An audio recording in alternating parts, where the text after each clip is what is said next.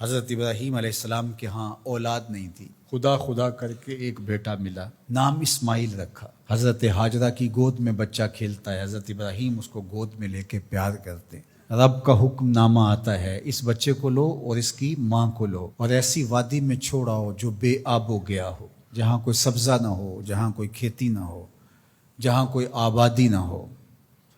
اللہ اکبر! نو مولود بچے اور اس کی ماں کو ایسی وادی میں چھوڑ آنا جہاں کوئی انسانی آبادی تو درکنار، کوئی پرندے بھی نہ رہتے ہوں، یہ کوئی تھوڑا امتحان ہے؟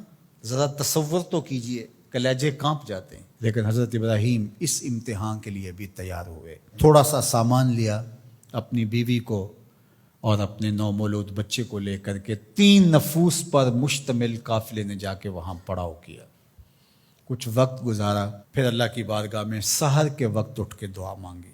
ربنا انی اسکنت من ذریتی بواد غیر ذی زرع عند بیتک المحرم۔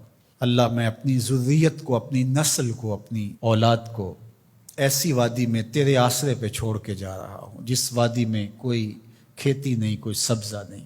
دعا مانگی، تھوڑا سا جو توشہ تھا، سامان تھا، سپرد کیا اور واپس پلٹنے لگے۔ حضرت ہاجرہ نے تمسکت بعزیالہ، آگے بڑھ کے دامن پکڑ لیا، کہا اس تنہائی میں، اس بے آب و گیا وادی میں چھوڑ کے ہمیں اس وقت کہاں جا رہے ہیں؟ کیا جواب دیتے؟ خاموش ہو گئے۔ تھوڑی دیر گزری، پھر قدم اٹھایا تو پھر بیوی نے دامن پکڑ لیا اور حضرت ہاجرہ بولی اس وادی بے آب و گیا میں ہمیں چھوڑ کے کہاں جا رہے ہیں؟ حضرت ابراہیم کوئی جواب نہیں دیتے۔ ذرا تصور کیجئے، آپ بھی صاحب اولاد ہیں۔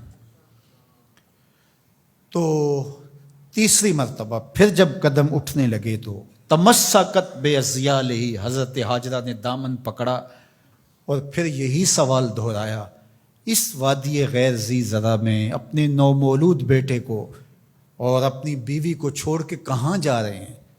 حضرت ابراہیم پھر بھی جواب نہیں دیتے۔ تھوڑی دیر کے بعد حضرت ہاجرہ خود ہی بولتی ہیں، کیا یہ اللہ کا حکم تو نہیں؟ قال نعم، کہا ہاں اسی کا حکم ہے۔ فوراً دامن چھوڑ دیا، کہا خیر سے جائیے، ہمارا رب ہمیں ضائع نہیں ہونے دے گا، اگر اس کا حکم ہے تو ہم اس حکم پر سر تسلیم خم کرتے۔ اگر یہ امتحان حضرت ابراہیم علیہ السلام کا تھا تو میری مائیں اور بہنیں بھی سن رہی ہیں اور آپ بھی ان جذبات سے آگاہ ہیں۔ ایک ماں کے لیے یہ کتنا بڑا حوصلہ تھا۔ اگر سلام ابراہیم کو تو سلام ہے سیدہ ہاجرہ سلام اللہ علیہا کو۔ کہا خیر سے جائیے، ہمارا رب ہمیں ضائع نہیں ہونے دے گا۔ پھر جہاں دن بھی نہیں کٹتے تھے اس خاتون نے وہاں راتیں بھی کاٹی۔ توشہ ختم ہو گیا، پانی بھی ختم ہو گیا۔ پھر 2 دن کے بعد ماں کی چھاتیوں سے دودھ بھی خشک ہو گیا۔ خود تو بھوک کاٹ رہی ہے لیکن بیٹے کی پیاس اور بھوک دیکھی نہیں جاتی۔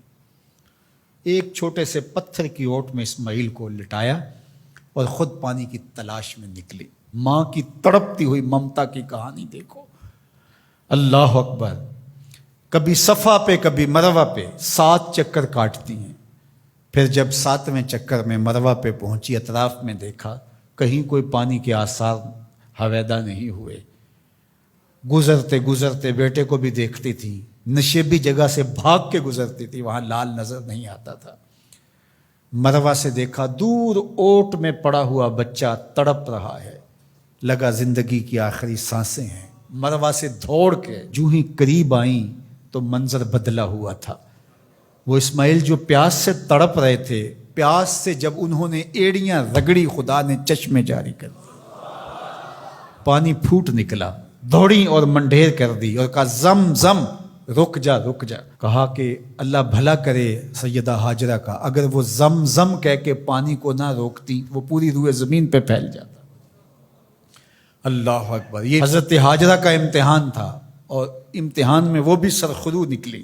وہ کہا ہم قیامت تک تیرے قدموں کے نشان کو جلوہ گاہ بنا دیں گے۔ آج عمرہ ہو، حج ہو، وہاں کج کلا بھی دوڑتے دکھائی دیتے ہیں، بادشاہ بھی دوڑتے دکھائی دیتے ہیں۔ ان راہوں پہ پیغمبر بھی دوڑے ہیں، ولی بھی دوڑے ہیں، امام الانبیاء نے بھی سعی کی ہے۔ مالک کوئی دوڑنا بھی عبادت ہے؟ کہا جن راہوں پہ میری بندی دوڑی ہے قیامت تک ان راہوں کو جلوہ گاہ بنا دوں اور ان پست قامت پہاڑیوں کو میں اپنی نشانیاں قرار دیتا ہوں۔ ان الصفا والمروہ من شعائر اللہ، یہ اللہ کی نشانیاں قرار پائیں، عزتوں کے نشان بن گئے۔ اللہ اکبر۔ یہاں ایک ماں اپنے بیٹے کے لیے بے تابانہ دوڑی تھی۔ اچھا، راستے کے اندر نشیبی جگہ سے دوڑ کے اس لیے گزری تھی کہ وہاں بیٹے کا چہرہ نظر نہیں آتا، اور یہاں ماں بیٹا اکٹھے دوڑ رہے ہوتے ہیں، حکم ہے بیٹا دوڑ کے گزرے، اس لیے کہ اس ادا کو ادا کرنا ہے۔ وہ تو پانی کے لیے بار بار ادھر ادھر جا رہی تھی، حاجی کی بغل میں پانی کی بوتل ہوتی ہے، پھر بھی دوڑ رہے، پانی کے لیے نہیں دوڑ رہا، حاجرہ کی سنت کو ادا کر رہا۔